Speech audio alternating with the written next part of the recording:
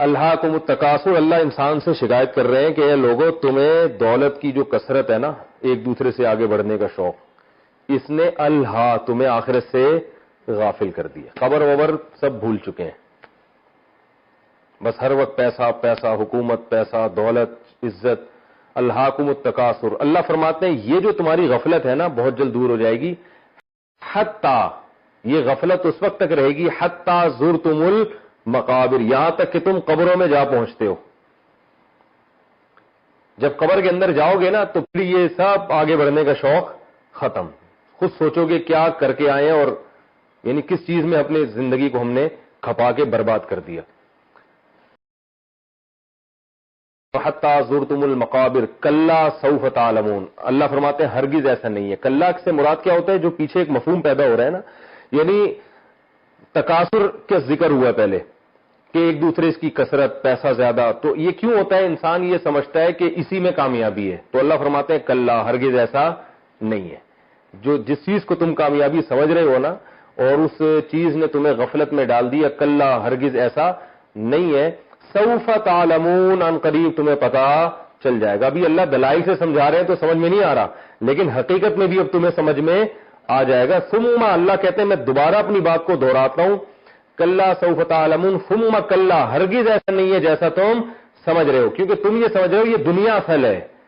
اللہ فرماتے ہیں ہرگز ایسا نہیں ہے۔ ثم کلا سوف تعلمون، دو دفعہ اس بات کو اللہ نے دہرایا۔ کلا لو تعلمون، اللہ پھر تیسری دفعہ کلا کا لفظ، ہرگز ایسا نہیں ہے جیسا تم سمجھ رہے ہو۔ لو تعلمون علم الیقین، کاش تمہیں پتہ چل جائے علم یقین۔ یہ اللہ کا کاش ہمارے کاش جیسا نہیں ہوتا، یہ ہماری اللہ ہم سے ہماری زبان میں بات کرتے ہیں نا، جو محاورے ہم استعمال کرتے ہیں، اس لیے اس کا ترجمہ کیا جائے اگر تمہیں پتہ چل جائے۔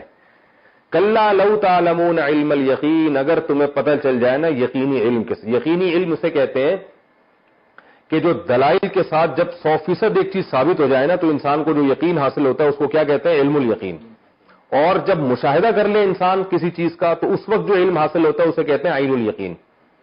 تو دونوں ایک ہی لیول کے علم ہیں، یعنی دونوں یقینی تو ہیں، لیکن عین الیقین اور علم یقین میں فرق یہ ہوتا ہے کہ عین الیقین میں انسان کی جو کیفیات بنتی ہیں وہ علم الیقین میں نہیں بنتی۔ جیسے کوئی آپ کو بتایا کہ انڈا موڑ پہ اللہ نہ کرے دھماکہ ہوا ہے اور اتنی لاشیں گری ہوئی، اللہ نہ کرے ایسا ہوا نہیں ہے بھائی، تو یہ آپ تھوڑے سے گھبراؤ گے، لیکن اگر آپ نے وہ دھماکہ اپنی آنکھوں سے دیکھا ہوتا نا اور وہ لاشیں اپنی آنکھوں سے دیکھی ہوتی تو یقین تو وہی ہوتا جو آپ کو ابھی ہے، لیکن کیفیات آپ کی چینج ہوتی۔ تو ابھی چونکہ اللہ فرماتے ہیں کلا سوف تعلمون ثم کلا سوف تعلمون کلا لو تعلمون علم الیقین، کاش تم جان لو یقینی علم۔ تو یقینی علم اگر جان لو، کیا جان لو؟ لترون الجحیم، کہ تم ضرور جہنم کو اپنی آنکھوں سے دیکھو گے۔ کاش تمہیں اس کا علم الیقین آ جائے۔ تو آگے جواب محذوف ہے۔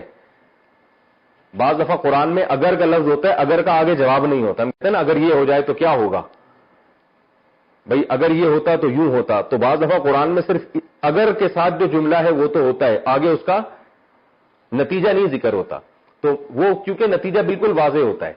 تو اللہ فرماتے ہیں لو تعلمون علم الیقین، اگر تمہیں پتہ چل جائے یقینی علم کس چیز کا، لترون الجحیم، کہ تم جہنم کو ضرور دیکھو گے، تو تم وہ کچھ نہ کرو جو اب کر رہے ہو، پھر تمہیں آگے بڑھنے کا شوق غافل نہیں کرے گا۔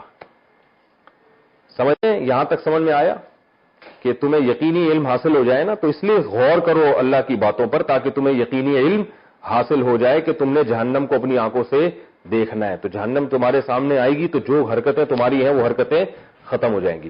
لترون الجحیم کے ساتھ یہ بھی ہونے والا ہے۔ ابھی تو اللہ کہہ رہے ہیں دلائل سے علم یقین حاصل کر لو، نہیں کرتے تو عین الیقین تو بہرحال ہونے ہی والا ہے، لیکن اس وقت کیا ہوگا کہ پھر عمل کا وقت ختم ہو چکا ہوگا۔ ثم لترونها عین الیقین، اور پھر جب عین الیقین کی آنکھوں سے جب تم دیکھو گے یقین کی آنکھوں سے تو پھر کیا ہوگا؟ ثم لتسألن یومئذ عن النعیم، اس دن پھر تم سے نعمتوں کے بارے میں پوچھا جائے گا کہ اللہ نے جو تمہیں اتنی ساری نعمتیں دی تھی یہ غافل ہونے کے لیے نہیں دی تھی بلکہ اللہ کی طرف متوجہ ہونے کے لیے۔